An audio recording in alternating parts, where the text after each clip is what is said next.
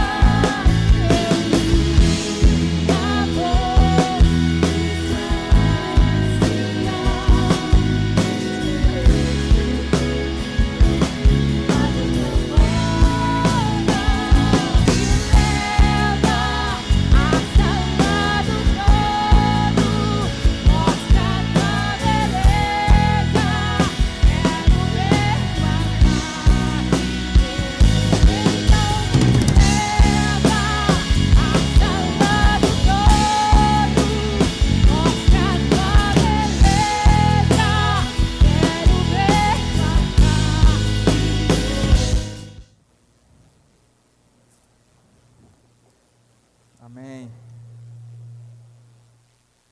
Graças a paz, igreja. Aleluia. Uma honra, uma satisfação, um privilégio poder estar aqui essa noite. E antes de dar início à mensagem, a tudo que o Senhor tem preparado para continuar nos abençoando aqui nessa noite, queria me apresentar para vocês, né, a nossa igreja. Graças a Deus, a visão que Ele colocou aqui é uma igreja que recebe muitas pessoas, né? Muitas pessoas são salvas e eu não tenho a oportunidade de conhecer todas, né? Então eu me chamo Alisson, tá? Sou casado com a Larissa, ela não está aqui, está com um dos meus filhos lá atrás. Temos 2 filhos, certamente vocês conhecem, eles sempre estão por aí nos braços de alguém, Heitor e Arthur, né? Bebês comunitários. Né, e eles sempre estão por aí. E antes de iniciar, eu queria convidar você a curvar sua cabeça, eu queria fazer uma oração. Amém? Oremos. Pai, em nome de Jesus, Deus, muito obrigado, Senhor, por tudo que o Senhor tem despejado à tua igreja nessa noite, Pai. Nós queremos te apresentar os próximos minutos, Deus, e dizer e declarar que o teu Espírito Santo tenha total e absoluta liberdade nesse lugar, Pai. Que tudo aquilo, Pai, que vai ser falado, que vai ser ministrado aqui, possa encontrar lugar, Deus, e morada em cada coração, assim como encontrou no meu, Pai. E o nosso desejo, o meu desejo é que nós saiamos daqui nessa noite, Pai, melhores do que entramos, Pai. E por isso, Senhor, já te agradecemos, porque cremos que o Senhor fará grandes coisas aqui essa noite. Amém. Aleluia. Queridos, a palavra que eu queria trazer a vocês nessa noite é algo que tem se perdido muito na nossa geração. É algo que até mesmo nós, cristãos, aqueles que carregam a marca de Cristo, aqueles que levam o seu evangelho, temos muitas vezes negociado e por coisas banais, por situações que muitas vezes a gente pensa que não vai surtir um efeito, mas acaba surtindo. E eu queria falar com vocês hoje sobre maturidade espiritual. Como alcançar a maturidade espiritual, como chegar a esse patamar, como conseguir desenvolver maturidade espiritual. Existem princípios para chegar até esse nível, existe uma base, existem fundamentos para que nós cheguemos a esse ponto, a esse nível onde as pessoas consigam notar maturidade em nós. Amém? A nossa igreja nos dá ferramentas também para isso. Nós temos EPC, nós temos células funcionando a todo vapor. Eu, por exemplo, quando me apresentei aqui, eu estou aqui na Semente de Fé desde 2009. Eu fiz o primeiro EPC. E desde então, tenho me colocado à disposição de Deus aqui nesse lugar. E grandes coisas o Senhor tem feito através da tua vida. Amém? Eu queria convidar você a abrir a sua Bíblia aí no livro de Provérbios. Provérbios capítulo 4. A partir do verso 3. Provérbios 4, 3.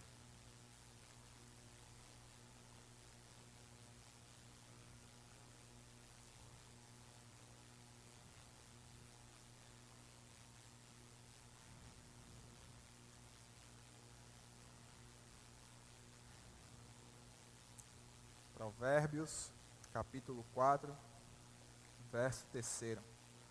Amém? Eu vou realizar um sonho agora. Quem achou, diga amém. Glória a Deus. Porque eu era filho tenro na companhia de meu pai, e único diante de minha mãe, e ele me ensinava e me dizia: retenha o teu coração as minhas palavras, guarda os meus mandamentos e vive. Adquire sabedoria, adquire inteligência, e não te esqueças, nem te aparte das palavras da minha boca. Não a abandones, e ela te guardará. Ama, e ela te protegerá. A sabedoria é a coisa principal. Adquire, pois, a sabedoria.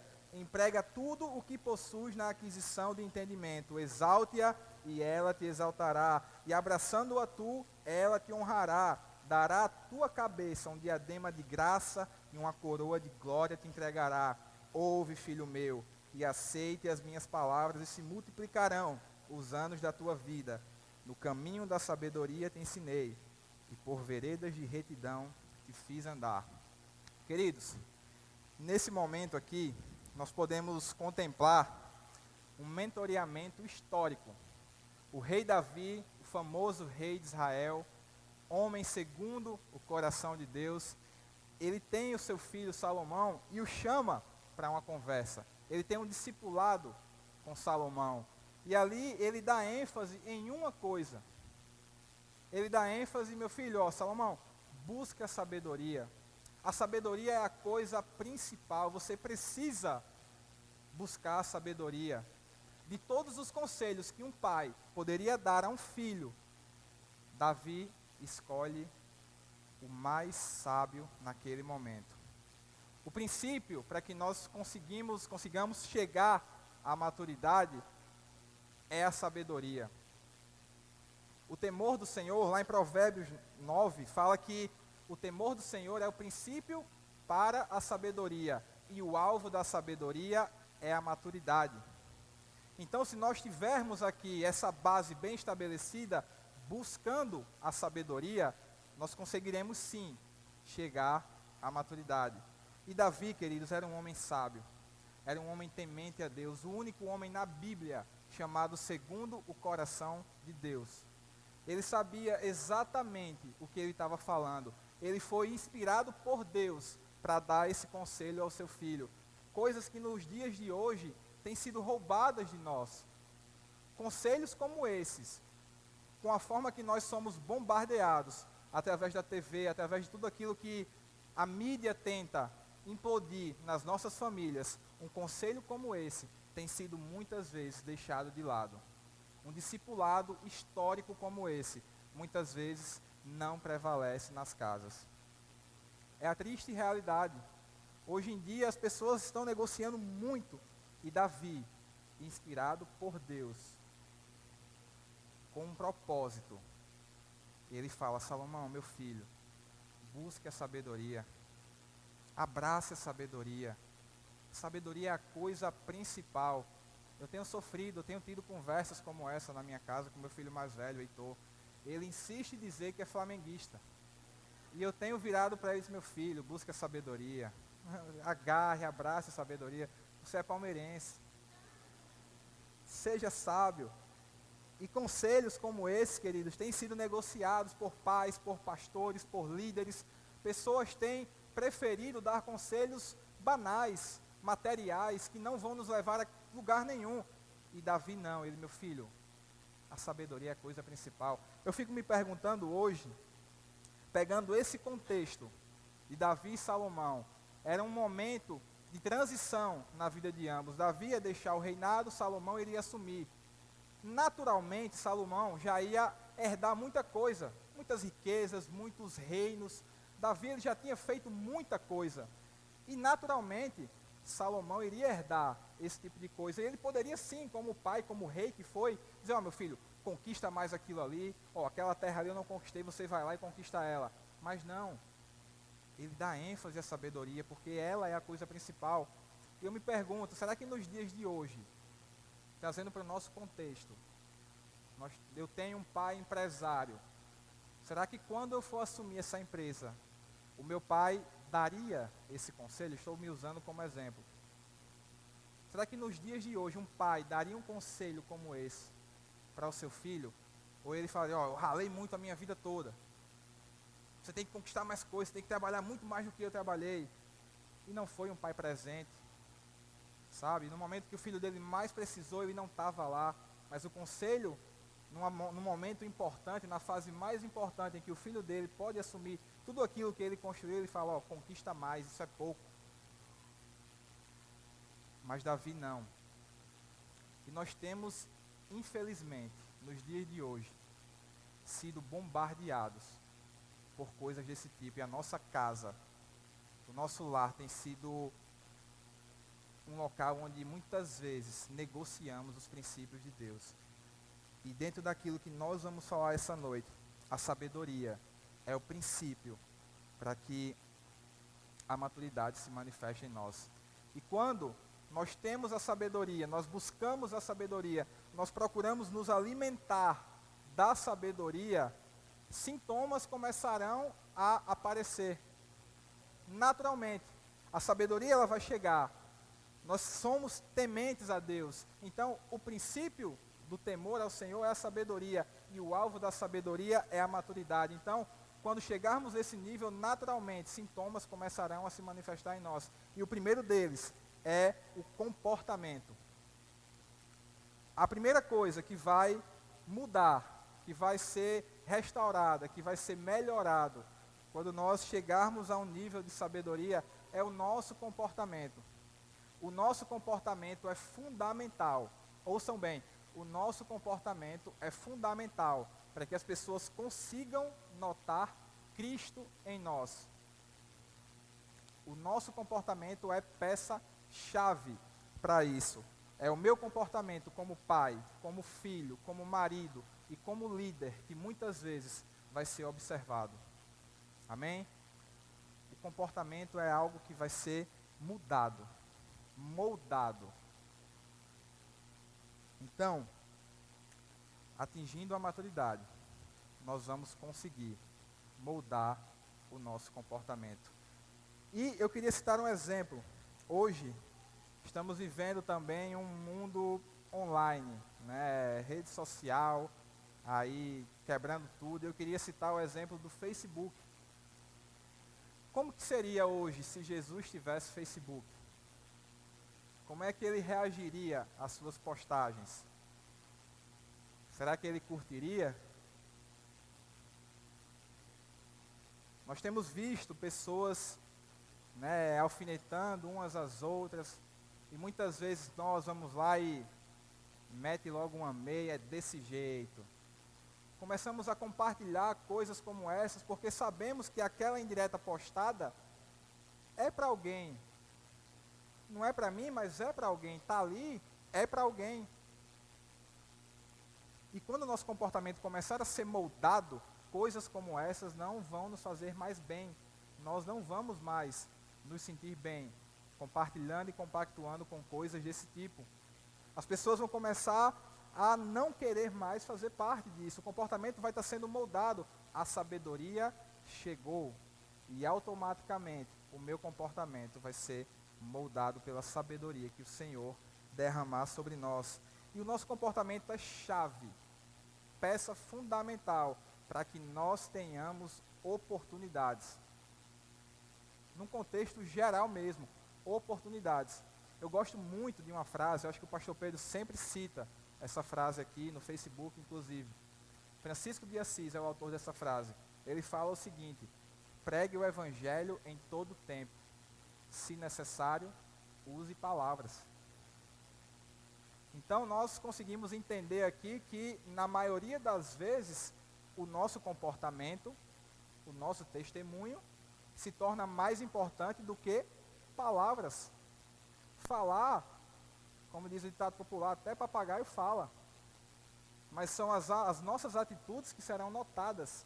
As nossas atitudes, nós carregamos a marca de Cristo e as pessoas vão nos observar muito mais.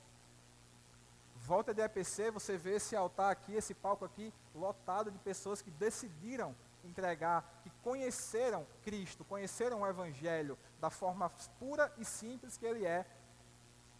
E aquelas pessoas que ainda não conheceram, os amigos deles, vão ficar esperando através da vida deles, o comportamento deles. Pô, será que ele realmente encontrou alguma coisa boa? Eu vou observar o comportamento dele. Queridos, é como o pastor Pedro fala, no fundo, eles querem que nós nos comportemos de uma forma digna, de quem realmente encontrou algo bom, porque eles estão querendo também, mas não da forma que tem sido apresentado para eles. E muitas vezes o nosso comportamento não agrada. E eu não quero fazer um parêntese aqui, tem que agradar pessoas, não. Mas o nosso campo de batalha é lá fora. Nós precisamos salvar, leia-se, pregar o Evangelho, aquelas pessoas que ainda não conhecem, e elas olharão para nós, é o nosso comportamento que vai estar em jogo, e elas precisam enxergar isso em nós. Elas precisam notar esse diferencial na nossa vida. É o nosso testemunho entrando em ação. É o nosso comportamento que vai dizer se vale a pena ou não. O nosso comportamento também faz com que as promessas do Senhor minguem.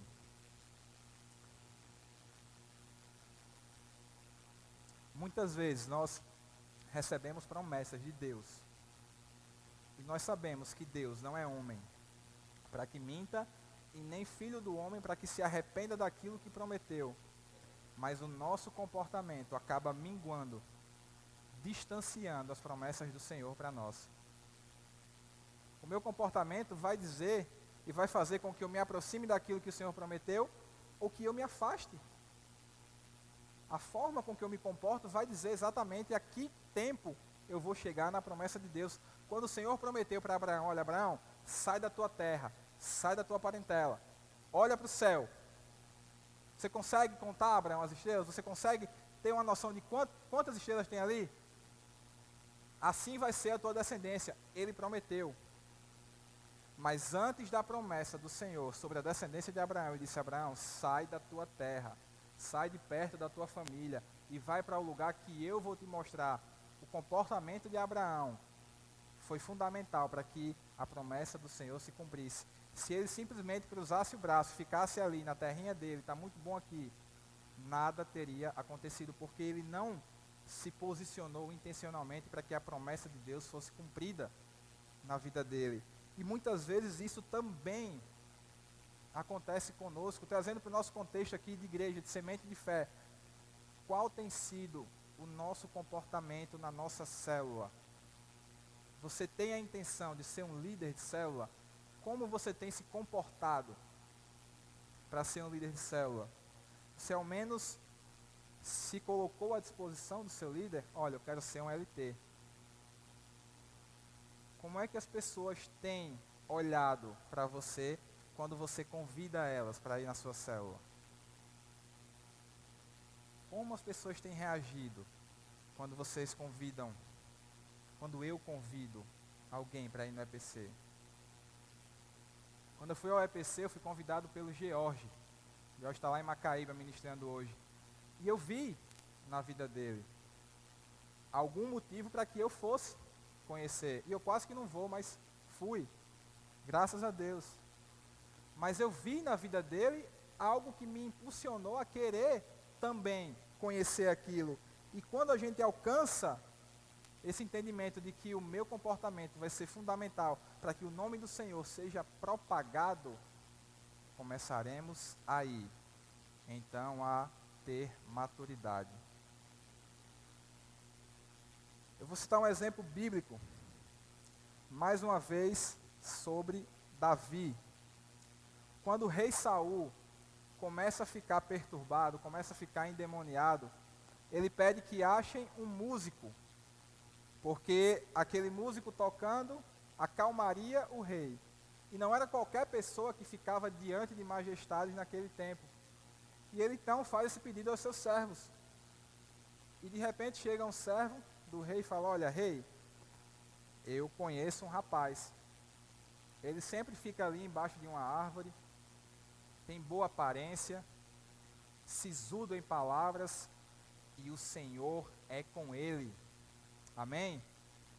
Queridos, nós temos que transmitir exatamente isso para as pessoas. Não boa aparência muitas vezes, não sisudo em palavra, mas as pessoas têm que olhar para nós e dizer: cara, o Senhor é com você. Meu irmão, você já viu Henrique? O Senhor é com ele. O nosso comportamento tem que gerar isso nas pessoas. Quantos estão entendendo? Amém? Glória a Deus, o nosso comportamento é fundamental para que Cristo seja manifesto, as pessoas consigam notar. Como diria um pastor amigo meu, seja um cristomóvel. Carregue Cristo em todos os lugares que você for. E a segunda coisa que começa a se manifestar na nossa vida, que vai dar indícios que nós estamos chegando ao alvo, que é a maturidade, são os nossos relacionamentos e a forma com que nós nos relacionamos. O meu comportamento vai ser polido pelos relacionamentos que eu tiver. Como que tem sido a tua rede de relacionamento? E eu não quero dizer aqui indiretamente que você não deve se relacionar com quem não é do seu mesmo contexto cristão, digamos assim, com o mundo. Não, como eu falei no início, o nosso campo de batalha é lá fora. Nós temos que olhar sim, mas quando eu digo que nós temos que ter cuidado na forma de se relacionar com essas pessoas, é o simples fato de que nós não podemos ser mais um ali. Naquele meio das pessoas que não conhecem a Cristo, nós temos que ser aquele que vai influenciar aquelas pessoas a conhecerem a Cristo. E não simplesmente ser influenciado por eles.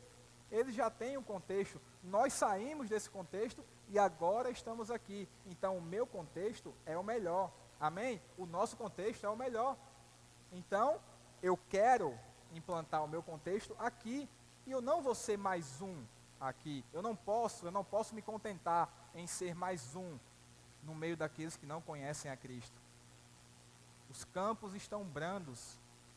E onde estão os trabalhadores? O que nós temos feito? Como nós temos nos relacionado com as pessoas? Como que nós temos influenciado? Será que temos sido apenas mais um? Jesus nos chamou para sermos maduros, para termos maturidade e entendermos que o nosso comportamento será observado sim, e eu vou polir, eu vou moldar, eu vou lapidar o meu comportamento com os relacionamentos que eu tiver. Como é que é a nossa relação com o nosso líder de célula, com o nosso discipulador?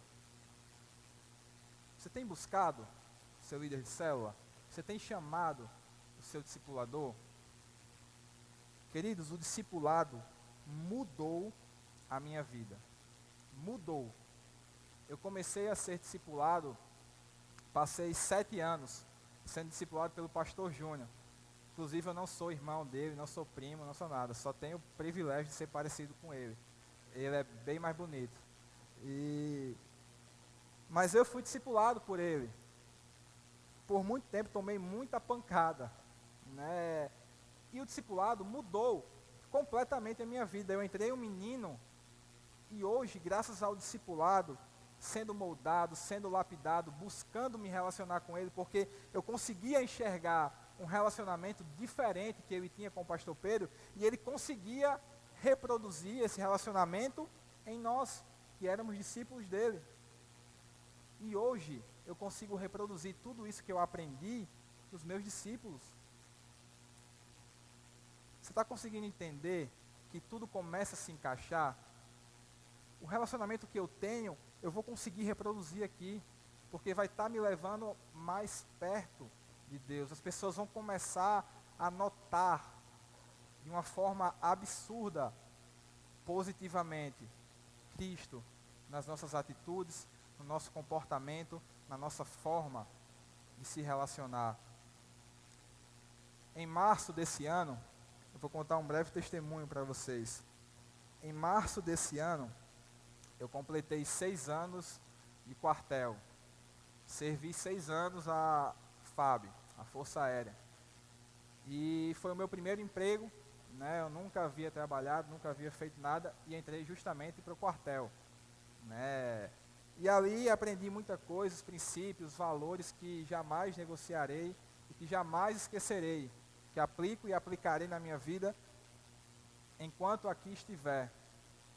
Então, quando nós passamos um determinado período lá, nós recebemos a tão sonhada e esperada baixa, que é um valor referente a tudo aquilo que você trabalhou, os anos de serviço prestado lá, você sai dali e recebe esse valor. E eu, contando com esse valor, comecei a pensar, poxa, mas o que é que eu vou fazer?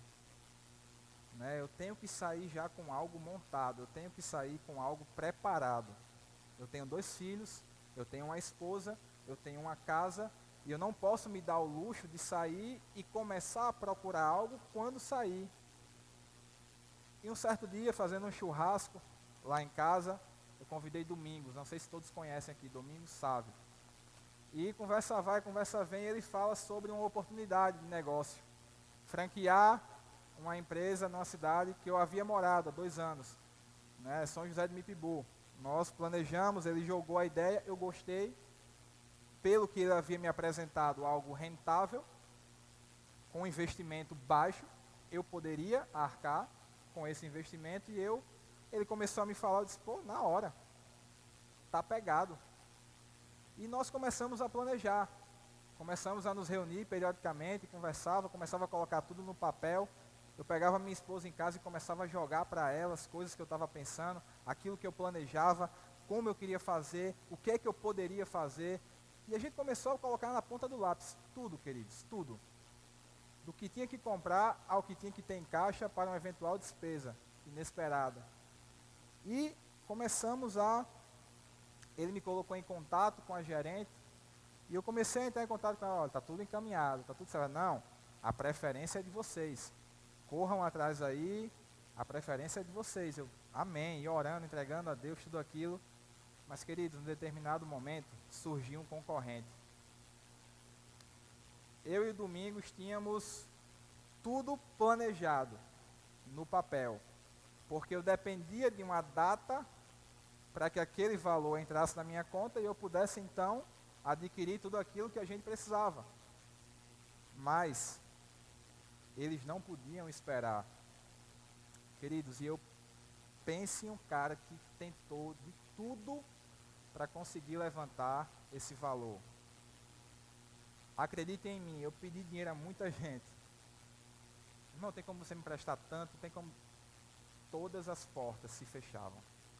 Nada, queridos, absolutamente nada dava certo. E eu comecei a ficar preocupado. Eu comecei a enxergar somente as circunstâncias. Naquele momento eu só enxergava as circunstâncias. E ela falava, ó, agiliza aí, porque fulano de tal está com tudo no esquema já. Ele já tem toda a estrutura preparada. E vocês não têm nada. Eu não posso segurar por muito tempo. Na hora eu fiquei chateado com ela, mas hoje eu entendo que é a função dela. Ela não podia colocar a profissão dela, o cargo dela em jogo para promessas, para papel. O cara estava com tudo preparado, mas no momento eu não conseguia enxergar daquela forma. E tentamos, lutamos, nada. Todas as portas se fechavam. Nada dava certo, tudo dava errado. Chegamos até a cogitar a possibilidade de alugar um ponto, colocar uma mesinha de plástico, um computador e começar o negócio. Nem isso nós conseguimos, queridos. E aos poucos, o Senhor começou a falar no meu coração, disse, olha, você lembra daquela passagem que fala, tudo coopera para o bem daqueles que amam a Deus. Só que antes de ouvir isso, eu só conseguia, como eu falei para vocês, olhar e perceber circunstâncias, não conseguia enxergar Deus movendo a situação. Eu só conseguia enxergar, está dando tudo errado. E eu fiquei desesperado, não sabia mais o que fazer. Eu tinha depositado todas as minhas energias para esse negócio, eu tinha projetado a minha vida para esse negócio. E eu fiquei mal, né? Eu fiquei um pouco sem saber o que fazer, digamos assim. E chegou um determinado momento que ela virou para a gente, a gerente disse, olha, agora já era. Tchau. Foi muito bom, mas já fechamos lá a franquia e no momento nós não temos a intenção de franquear mais ninguém. E aquilo foi uma facada no meu coração. Eu só pensava no como que eu ia fazer, o que é que eu poderia fazer. Eu comecei a orar, Deus, seja feita a tua vontade, Pai. Eu tentei, eu lutei. Tua palavra diz que nós podemos sonhar, nós podemos fazer planos, mas quem executa é o Senhor. E hoje eu consigo enxergar, Pai, que tudo coopera para o bem daqueles que te amam. Então, eu vou esperar. E, em determinado dia, eu recebo um WhatsApp do pastor Júnior. E ele disse, ei, você vai para o GD? Aí eu disse, vou. Beleza, no final eu quero falar com você.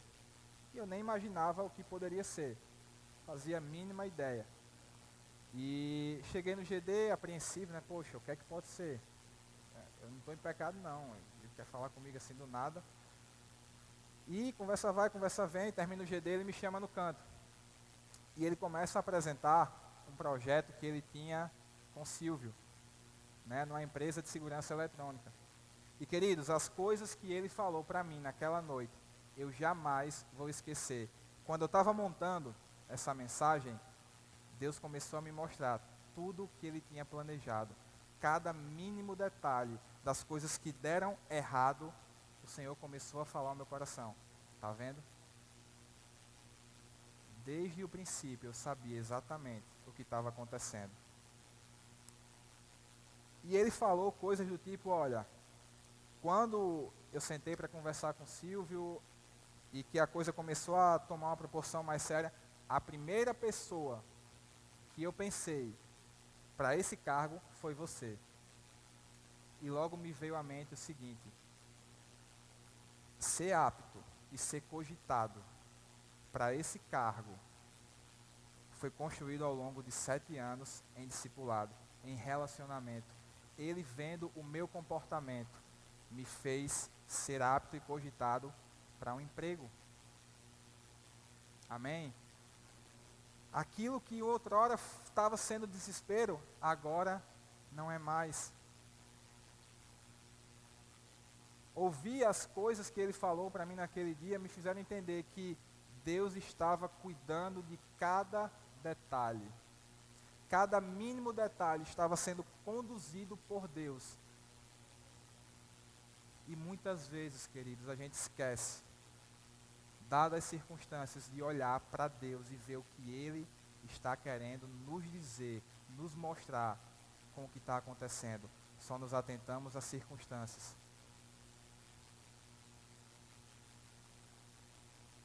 E é muito complicado. É muito complicado na hora da adversidade entender isso, mas nós devemos entender. Esse é o nosso papel. Por isso, o princípio da sabedoria está aqui. A sabedoria vai ser fundamental para algo como, para uma oportunidade dessa. É saber exatamente o que pedir, como orar, o que falar, como agir. O meu relacionamento com o pastor Júnior, em discipulado, me fez ser apto a ter um emprego hoje. Eu fui lembrado por tudo aquilo que foi construído em nosso relacionamento.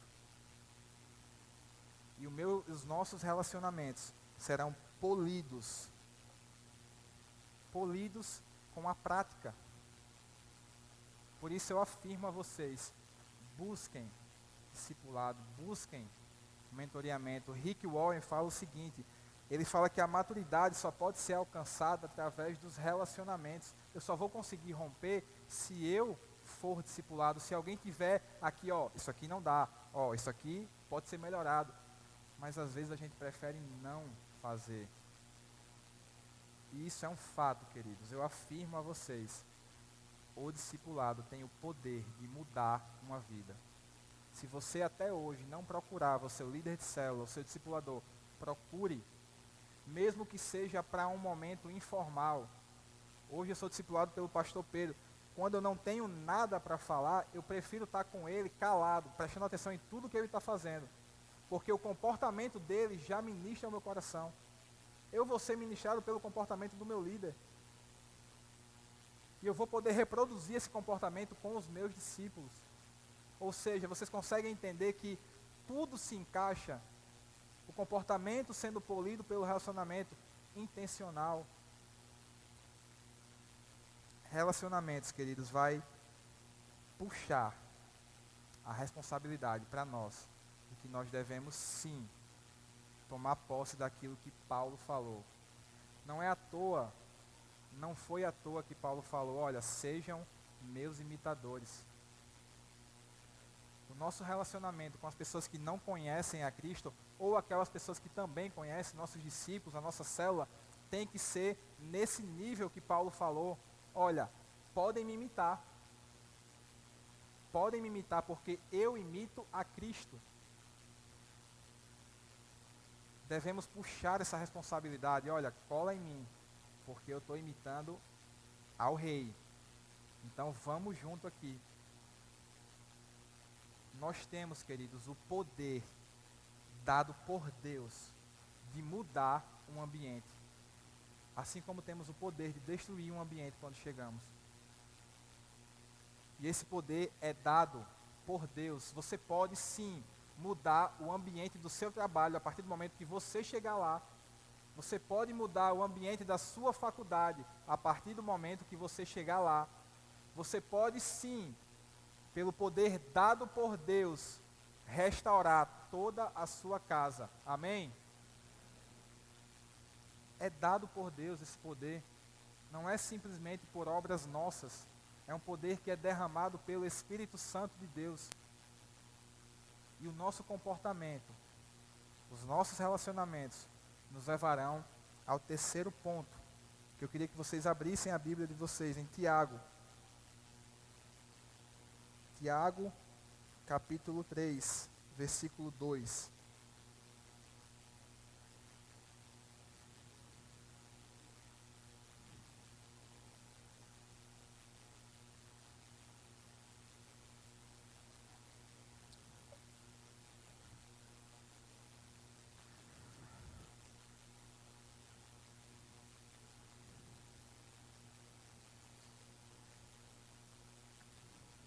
Amém? Todos acharam? Vamos ler. Versículo 2. Porque todos tropeçamos em muitas coisas. Se alguém não tropeça no falar, é perfeito varão, capaz de refrear também todo o corpo. Ora, se pomos freios na boca dos cavalos para nos obedecerem, também lhes dirigimos o corpo inteiro. Observar igualmente os navios que, sendo tão grandes e batidos de impetuosos ventos, por um pequenino leme, são dirigidos para onde quer que queira o impulso do timoneiro. Assim também a língua, pequeno órgão, e se gaba de grandes coisas. Vede como uma fagulha põe em brasas tão grande selva. Ora, a língua é fogo, é mundo de iniquidade. A língua está situada entre os membros de nosso corpo e contamina o corpo inteiro. E não só põe em chamas toda a carreira da existência humana, como também é posta ela mesma em chamas pelo inferno. Pois toda espécie de feras, de aves, de répteis e de seres marinhos se doma e tem sido domada pelo gênero humano. A língua, porém, nenhum dos homens é capaz de domar. É mal incontido, carregado de veneno mortífero. Com ela bendizemos ao Senhor e Pai, e também com ela amaldiçoamos os homens, feitos à semelhança de Deus. De uma só boca procede bênção e maldição. Meus irmãos, não é conveniente que estas coisas sejam assim. Acaso pode a fonte jorrar do mesmo lugar o que é doce e o que é amargo? Até aí. Queridos, o terceiro sintoma que vai se manifestar em nós é o que eu falo. Segundo Tiago, você quer ser perfeito? Controle a sua língua. Você quer conhecer muitas vezes um crente? Saia para jantar com ele, depois do culto. Vá no cebozão desse aí e deixa o garçom tratar o cara mal. Rapaz, eu já vi situações que, sinceramente, dá aquela famosa vergonha alheia. O que muitas vezes sai da nossa boca não é aquilo que deveria. E nós precisamos ter sabedoria para controlar a nossa língua. Nós temos o poder, com a nossa língua, de fazer grandes coisas, boas e ruins também. Nossos filhos, às vezes a gente chega em casa estressado e despeja, sabe? Todo um dia estressante, nosso filho, você é burro, mas você não vai servir para nada.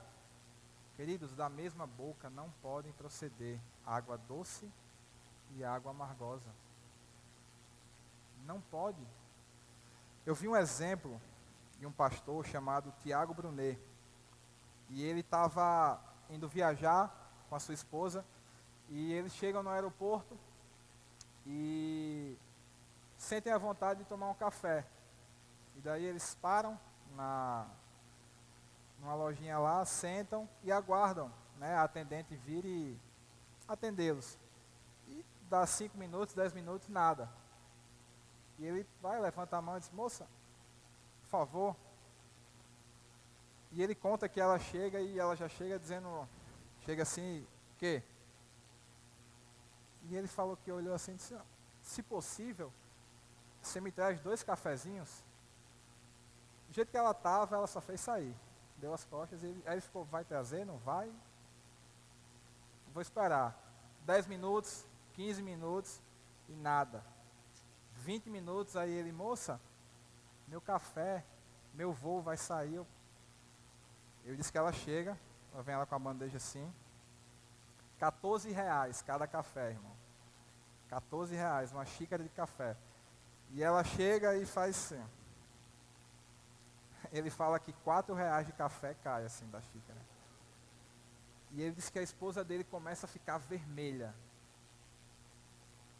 Ela, não, a gente tem que procurar os nossos direitos. Cadê o gerente disso aqui? Ele disse, olha, calma. Calma, meu amor. É nesse momento que nós devemos mostrar quem nós somos.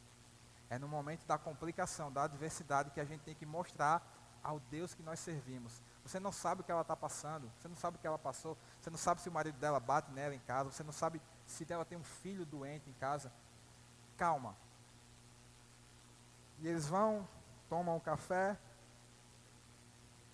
e ele disse que nem pediu a conta, porque ele sabia que ela ia ser mais uma ofensa, digamos assim.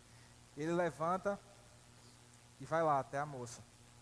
Ele disse que chega lá, querido, e pega no braço dela e diz, olha, eu não faço ideia do que você passou hoje, nem do que você está passando em casa, mas muito obrigado. Aí eu disse, obrigado pelo quê? Eu disse, porque num dia difícil como hoje, que você deve estar passando algo realmente muito ruim, você decidiu vir trabalhar e está aqui nos servindo.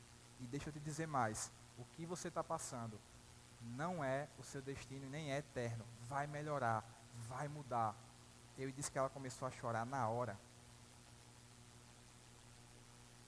E eu fico me perguntando, se ele tivesse cobrado os direitos dele, ele teria acabado com a vida daquela mulher.